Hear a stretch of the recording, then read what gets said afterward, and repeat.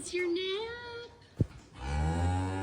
Here was our little surprise that was born on April 5th. That wasn't actually supposed to show up until April 22nd.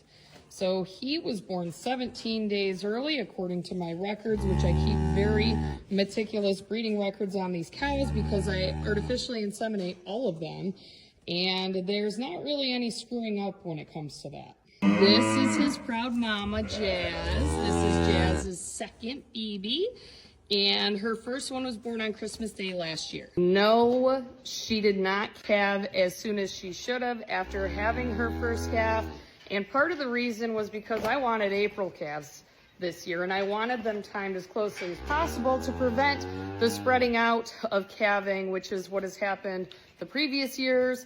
And I held off on rebreeding this cow, breeding her back, because I wanted April calves to help eliminate the chances of freezing due to frigid temperatures or losing them due to snow. We are located in rural lake effect snow country of Western New York, and my cows don't get locked in a barn for the entire winter. They actually have access to the outdoors, and they can go out whenever they want. The exception is if we are expecting super frigid temperatures, which for us are below zero with a huge wind chill.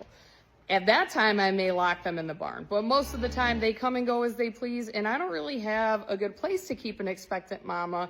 And given that she had calved her first time in December, I didn't want another December calf. So happened to be that the December 25th that she had her first baby was unseasonably warm. And when I say unseasonably warm, I mean it was like 45 or 50 degrees out on that day without a flake of snow in sight. If you also AI your cows and have exact due dates like how I do it, and have had a calf born 17 days early, I would love to hear your stories.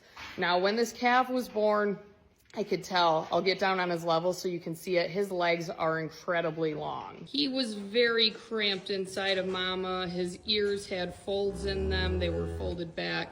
And when I taped him, so I have a weight tape that kind of estimates the weight of the calf within kind of reason. And I don't have a scale for these guys yet. So he taped at 97 pounds, which for my cows, that's kind of unheard of. We don't usually have big calves like that.